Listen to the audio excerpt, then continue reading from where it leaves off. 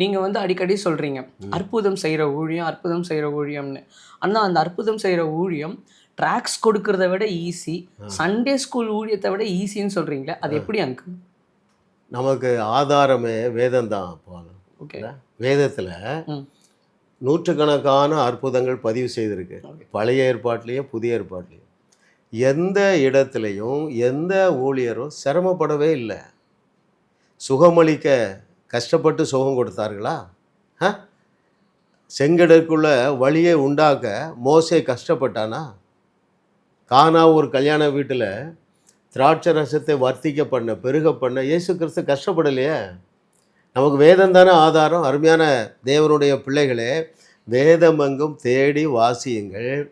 எந்த பிரச்சனையும் நேச்சுரல் வேலை சால்வ் ஆகவில்லை, எல்லாமே சூப்பர் நேச்சுரல் வேலை தான் சால்வ் ஆகிருக்கு. நம்பர் 1. நம்பர் 2, அந்த சூப்பர் நேச்சுரல் வழிகள், அதாவது அற்புதம் செய்கிற வழிகள் எல்லாமே லகுவானதானே இருந்திருக்கு. எல்லா இடத்துலையும் லகுவாகத்தானே அற்புதம் செய்திருக்கிறாங்க. பாருங்கள், ஒரு உதாரணம். 10 மரித்தவர்கள் உயிரோடு எழுப்பப்பட்டதாக பைபிளில் சான்றுகள் எழுதப்பட்டுள்ளன. ஒரு இடத்திலும் யாரும் கஷ்டப்படவே இல்லை.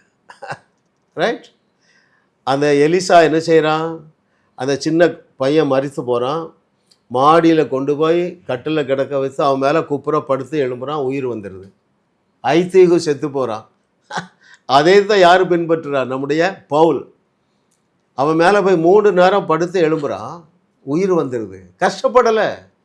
ஆகையினால்தான் ட்ராக்ஸ் கொடுக்குற ஊழியமோ அந்த சண்டே கிளாஸ் ஊழியத்திலேயோ இருக்கிற கஷ்டத்தை விட லகுவான ஊழியம் அற்புதம் செய்கிறது. சரிங்க அங்கிள், இந்த காலத்தில் அந்த மாதிரி அற்புதம் செய்கிற ஊழியத்தை லகுவாக செய்ய முடியுமா?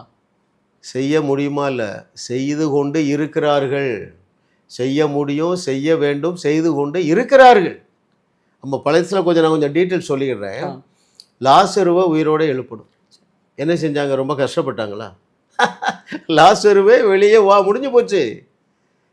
தபித்தாலே உயிரோடு எழுப்பணும். என்ன செஞ்சாங்க? தபித்தாலே உயிரோடு வா, எழுந்து வா. அப்போ அருமையான தேவனுடைய பிள்ளைகளே, தேவன் இதில் பாருங்கள், 2 காரியத்தை நீங்கள் அறிந்து கொள்ளணும். இதில் உங்களுக்கு ஒரு ரெஸ்பான்சிபிலிட்டி இருக்குது, பொறுப்பு இருக்குது. இதை நீங்கள் லகுவாக செய்ய முடியும். பாருங்கள், உங்களுக்கு தெரியும், நம்முடைய டிஜிஎஸ் தினகரன் லட்சக்கணக்கான அற்புதங்கள். கேத்தரின் குல்மன், இதை கேட்டுக்கொண்டிருக்கிற அருமையான ஸ்திரீகளை நான் உங்களுக்கு சொல்லுகிறேன், நம்முடைய தலைமுறையில் கேத்தரின் குல்மன் செய்த அற்புதங்களை எழுதினா அந்த புஸ்தகங்கள் உலகம் கொள்ளாது. அந்த அளவுக்கு அற்புதங்கள் தண்ணீரை போல, கண் சிமிட்டுவது போல இன்றைக்கும் நடந்து கொண்டு இருக்கிறது. என்னுடைய செய்திகளை கேட்டு அநேகர் அற்புதம் செய்ய துவங்கிட்டாங்க.